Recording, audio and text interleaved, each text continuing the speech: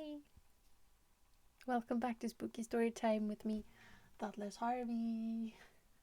And today's story is from a Reddit user called psyopticnerve, and it's called Through the Static. I felt so fortunate. I bought myself a gorgeous house that I shouldn't have been able to afford. When I asked why it was selling for so cheap, I learned that the previous owner, Laura Banks, had vanished. They looked for her for weeks before they started to assume the worst. There were no leads, nothing to go on. The trail had run cold. Was I a little bit freaked out by hearing this? Not really. The house made up for any of the creepiness tied to it. It had the coolest pool room I had ever seen. The walls were all glass and gave me a panoramic view of the valley below the hill my new home was nestled on. From there, a glass entryway led into the main living area and the kitchen. A set of spiral stairs led to the loft, a bathroom and a single bedroom. Cozy, modern, the sickest place I've ever lived by miles. Everything went well until the first storm. I was relaxing in the pool when it started to rain. I gazed out at the valley, watching the clouds cover the ground with shadow and the lightning crack in the sky. Thunder rumbled and roared so loud that it made me jump a few times. I decided to get out of the pool, not entirely sure if it was safe to continue swimming. I had been looking at the glass when the lights flickered. That's when I saw it. In the half a second, the lights had dimmed. There had been someone behind me in the reflection. I whipped around, my adrenaline spiking. Of course, there wasn't actually anyone there. I tried to laugh it off. The storm must have been getting to me.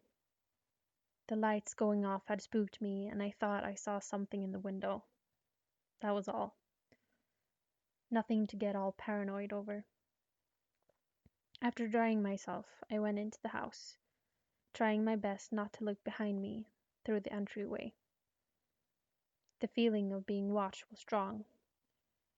I was really uneasy. In the kitchen, I tried making some food to distract me from the weirdness. The lights flicked again, and I dropped the knife I was holding.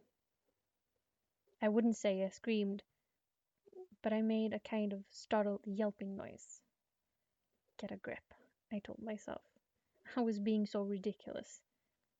I picked the knife back up and continued dicing onion. Then they flickered again. I nearly had a heart attack. I was facing a mirror in my living room. In the darkness, I saw my reflection. Behind me, a woman was standing. Still wielding the knife, I turned to face her. Again, she wasn't there. Who's there? My voice was unnaturally high-pitched. I crept through the kitchen with the knife in front of me. She didn't reply. Another crack of thunder made me leap into the air, and then the lights went out. At first, I was too stunned to think clearly. I was plunged into darkness, unable to make out very much in front of me.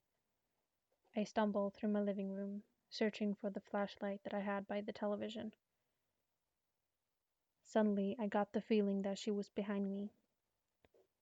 Turning around slowly, I saw her silhouette in the darkness. I'm armed! Don't come any closer! I shrieked, never before being so afraid. I held the knife out at her, with shaking hands, not even convincing myself that I was prepared to use it. Would it even be any use? To my horror, she didn't heed my warning. She took steps toward me. I backed myself up against the wall, too afraid to think rationally. The television turned on, blaring static, as did the radio. I was certain I was going to die. The knife would be useless against this entity. And then I heard something coming through the speakers. Can you see me? A distorted, crackly woman's voice admitted at an ear-splitting volume. I covered my ears, bending over at the waist in pain. Can you hear me?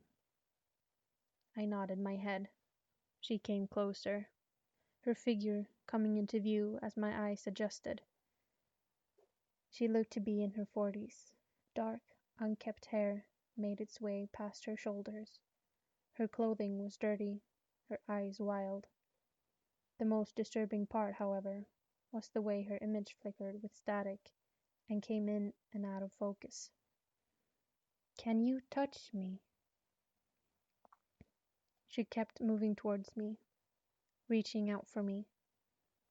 Somehow I knew that I would be joining her in the static world if she made contact. At the last second, I fell to the ground and crawled away.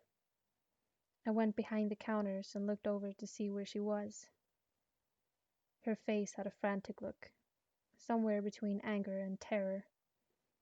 She moved quicker than expected, closing the gap between us and looming over me. "Touch me!" she screamed at me, the speakers shaking the entire house. I rolled and scrambled to my feet, avoiding her touch at all cost. "I can't! Please don't do this!" I yelled to her. Now having backed myself into a corner, she lunged at me, missing by inches. I darted past her, her hands groping for me as I ran. I couldn't see, and I crashed into a wooden chair, falling on top of it and smashing through it. Pain shot through my ribs. My pursuer looked down at me in triumph. I had given up at this point. There was nothing I could do as she reached for me once more. Just then the lights clicked back on. I had my arms covering my head. It took me a few seconds to dare looking up to see if she was gone. When I did, I saw that I was alone again.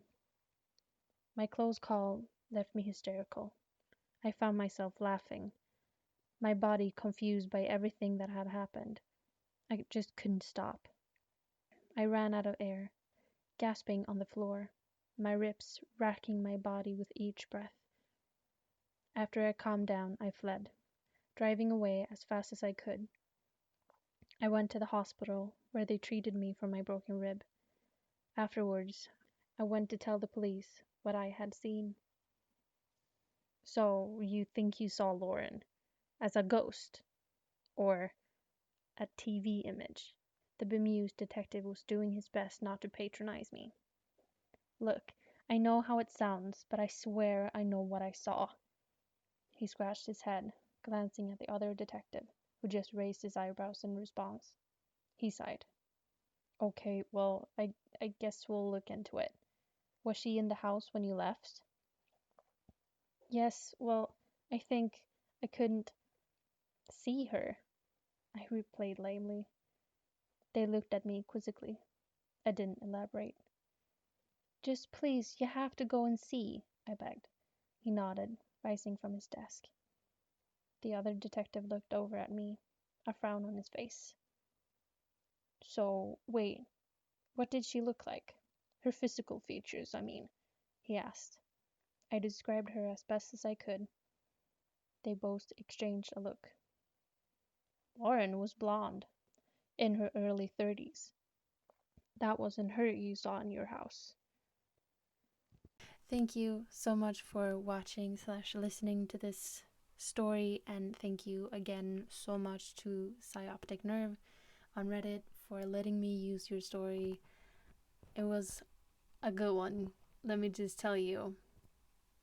I remember this is the last spooky story time of Spooktober. I would love to continue doing them, so if you like them, please let me know, and I would love to do this in the future, not during Spooktober.